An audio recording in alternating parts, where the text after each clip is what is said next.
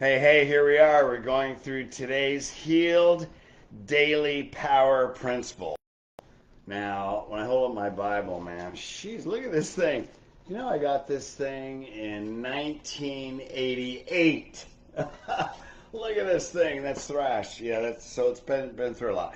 So hey, I open up the Bible every morning. It's one of 5 resources. I seem to keep opening up things that I think are really powerful. I will bring other resources. But man, this one I open up a lot. And it keeps reminding me, find joy in your problems. How would God see your problems? Is a problem really a problem, or is it a meaning you assign? So check this out. So this is Isaiah 48:20 through 22 or 23. 22. So Isaiah 48:20. Go forth from Babylon. What's that mean? Go forth from your problems. Flee from the Chaldees. Leave your problems behind. This is where I take it. With a voice of singing. Man, so we have a problem. It's like, don't worry about it. You know, it's kind of like if you're in a racetrack, if you're in an Indy 500, and there's a crash in front of you, what's the strategy if you're approaching a crash? 2 cars collide, where's the last place they're going to be? Like 2 cue balls, right in front of you. That's the strategy. Sometimes the best strategy you can have about a problem is do nothing.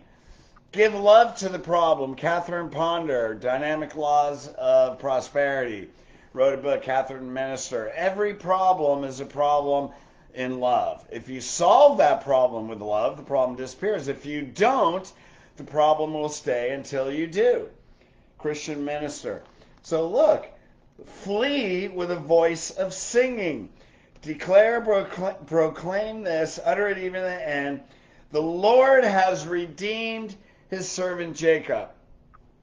Well, my name's not Jacob, but I am his servant, right? You are redeemed. You're already redeemed. The problem is already being taken care of.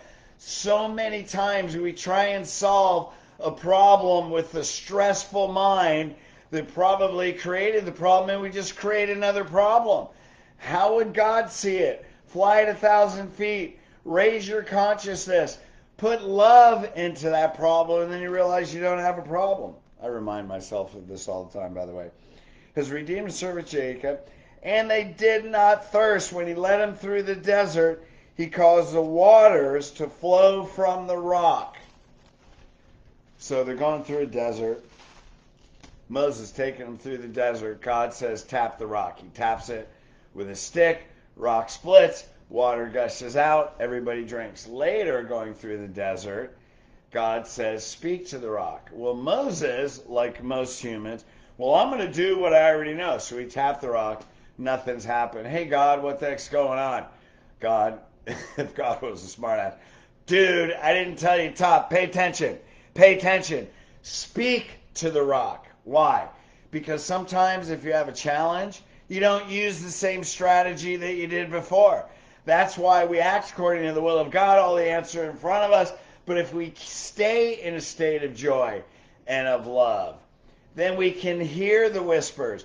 We don't have all that internal language creating bigger problems, looking at it with stress. This sucks. Why did this happen? Blah, blah, blah. Going through all the language in turmoil. How can you ever look at that problem with love? How can you ever be healed? No, because it's self-torture. That can be our humanity. So what do? We solve it with our divinity. He also split the rock and the waters gushed out. There's no peace, says the Lord, for the wicked. What's that mean? There's no peace when you're focusing on your problem. There's no peace when things are happening to us. There's no peace when we blame someone else. And there's no peace even when we blame ourselves. Hey, we're human. Last time I read Psalm 91. You're going to dash your foot against a stone, but angels have charge over you. They're going to lift you up, get under the wing of God. You know, God is our salvation. There's a whole bigger thing moving through us than what's in our mind. That is solved. Problems are solved with our heart. Now, I'm not teaching this because I'm like, okay, you guys are this and I'm perfect. Hell no. Why do you think I keep opening the Bible randomly and I pull the same verse up all the time, sometimes several days in a row? Because God's going, solve it with love. Solve it with love. Find joy. Flee from the Chaldees. Leave Babylon. Get the heck out of where you're going, meaning the mindset.